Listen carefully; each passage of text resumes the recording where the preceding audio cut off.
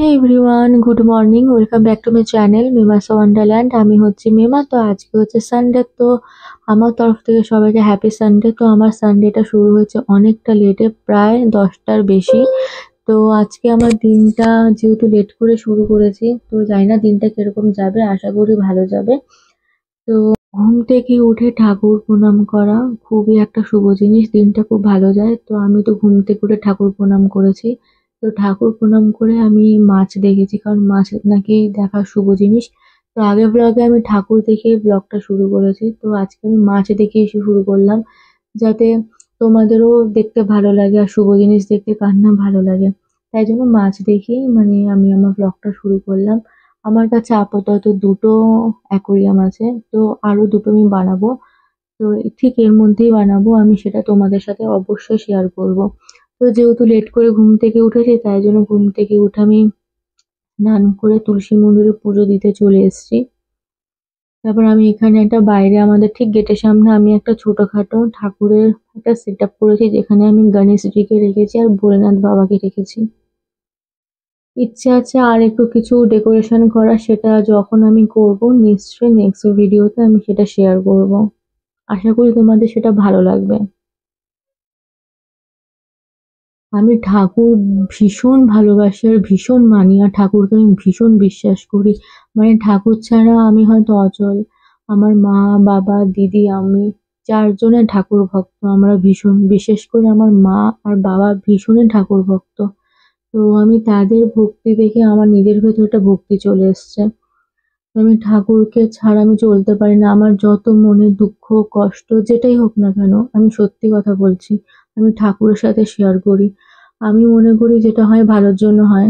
আর ঠাকুর বিশ্বাস করা মানে মানে ঠাকুরের উপর আস্থা আর বিশ্বাস জিনিসটা খুব ইম্পর্টেন্ট। মানুষ ঠকাতে পারে, কখনো ভগবান ঠকায় না। ভগবান রাস্তা দেয়। আমি এই জিনিসটা খুব ভালো করে বুঝতে পেরে গেছি। তো আমি হনুমানজিকে ভীষণই মানি, কারণ আমার আমি না খুব নেগেটিভ পাওয়ারের সাথে কানেক্টেড হয়ে যাই ভীষণভাবে। নেগেটিভ জিনিস আমি সব শেয়ার করব, তাই জন্য আমি হনুমানজিকে খুবই মানি। আর হনুমানজির মানে হনুমান চালিসা আমি খুব পড়ি। তো আমি তো বড় মার খুব বড় ভক্ত, আমি সব ঠাকুরের ভক্ত। তো এইভাবে আমার দিনটা শুরু হলো। তো তারপর অন্য সময় তো রুটি তরকারি এটা ওটা খাই। তো মাকে বললাম আজকে তুমি তো চাউমিন বানিয়ে দেবে। তো মা খুব সুন্দর একটা চাউমিন বানিয়ে দিয়েছে।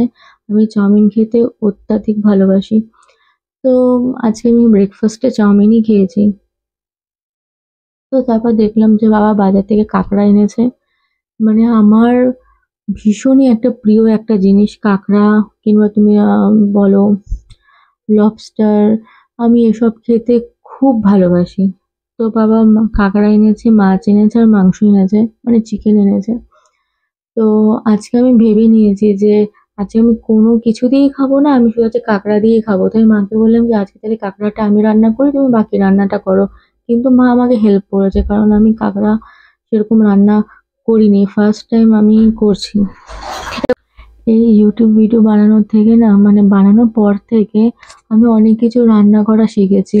ইন্টারেস্ট জেগেছে যে আজকে আমি এই রান্নাটা করব, করে আমি আপলোড করব, ভিডিওটা বানাবো, বানিয়ে আপলোড করব। তো তোমাদের সবাইকে থ্যাংক ইউ যে আমার বোকামি বোকামি কিছু কথা, বোকামি বোকামি কাজকর্ম তোমরা আমাকে সাপোর্ট করে এতটা দূর এগিয়ে এনেছো।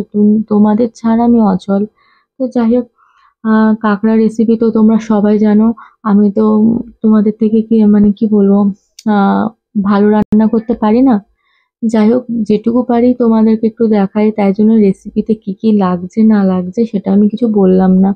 তো যাই হোক, মা আলু বেগুন দিয়ে বললো কাঁকড়াটা করবে, তো মা বলে বলে দিচ্ছিল, আমি করছিলাম। কারণ মা মা বলছিল কাঁকড়ার রেসিপি অনেক অনেক ভ্যারাইটিস হয়, অনেক রকমেরও হতে পারে রেসিপি। কিন্তু মা যখন ছোট ছিল, তো দিদা নাকি আলু বেগুন দিয়ে করতো, তাই জন্য মা আলু বেগুন দিয়েই করলো। বলে বলে দিচ্ছিল, আমি করছিলাম। আগেও মা যখন করেছে আলু বেগুন দিয়েই করেছে। তো কাঁকড়ার অনেক রকমের টাইপস রেসিপি হয়, তোমরা তো জানোই।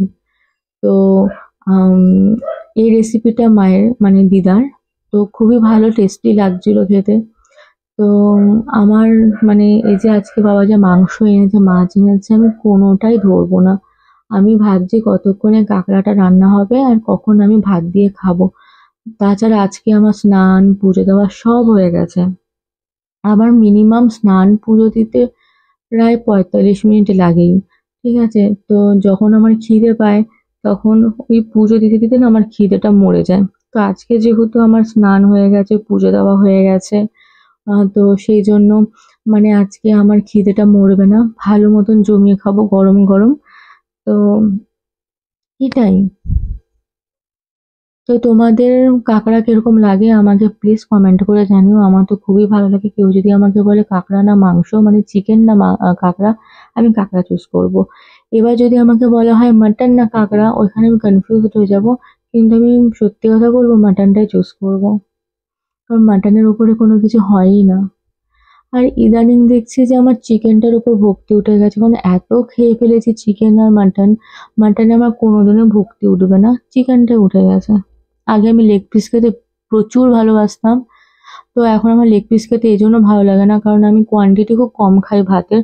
তো যখন আমি লেগ পিসটা খাই না, তখন আমি ভাত খেতে পারি না। এই জন্য আমি লেগ পিসটা এখন বাবাকে আনতে না করি, কারণ ওই মাংস একটা এত বড় আনে না, খেলেই আমার পেট ভরে যায়।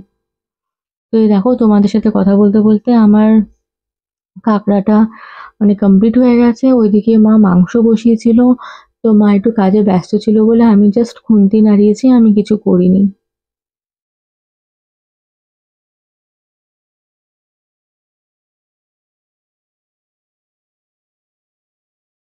তো আজকে লাঞ্চ এই এই ছিল, মানে আমি কাঁকড়া বানিয়েছি, মা মাংস বানিয়েছে, ডাল বানিয়েছে, ধনেপাতা চাটনি বানিয়েছে। তো এইভাবেই আমাদের আজকে সানডে লাঞ্চটা তৈরি হয়েছে।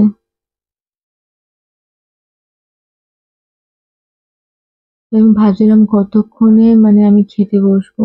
ফাইনালি খেতে বসেছি। তো লাঞ্চে ছিল আজকে ধনেপাতা চাটনি, দেখালাম তো, আর মাংস, ডাল, আর কাঁকড়ার তরকারি।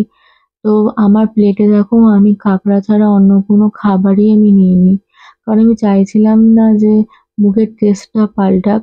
তো আমি এই জন্য কাঁকড়াটা খেলাম। দীর্ঘ অনেক দিন পর কাঁকড়াটা আমি খাচ্ছি। মানে কাঁকড়া খুবই মানে কম খাওয়া হয়, কিন্তু অনেক ভ্যারাইটিস খেয়েছি, ছোট বড় মাঝারি অনেক রকমের কাঁকড়া বাবা আনে খাওয়ায়।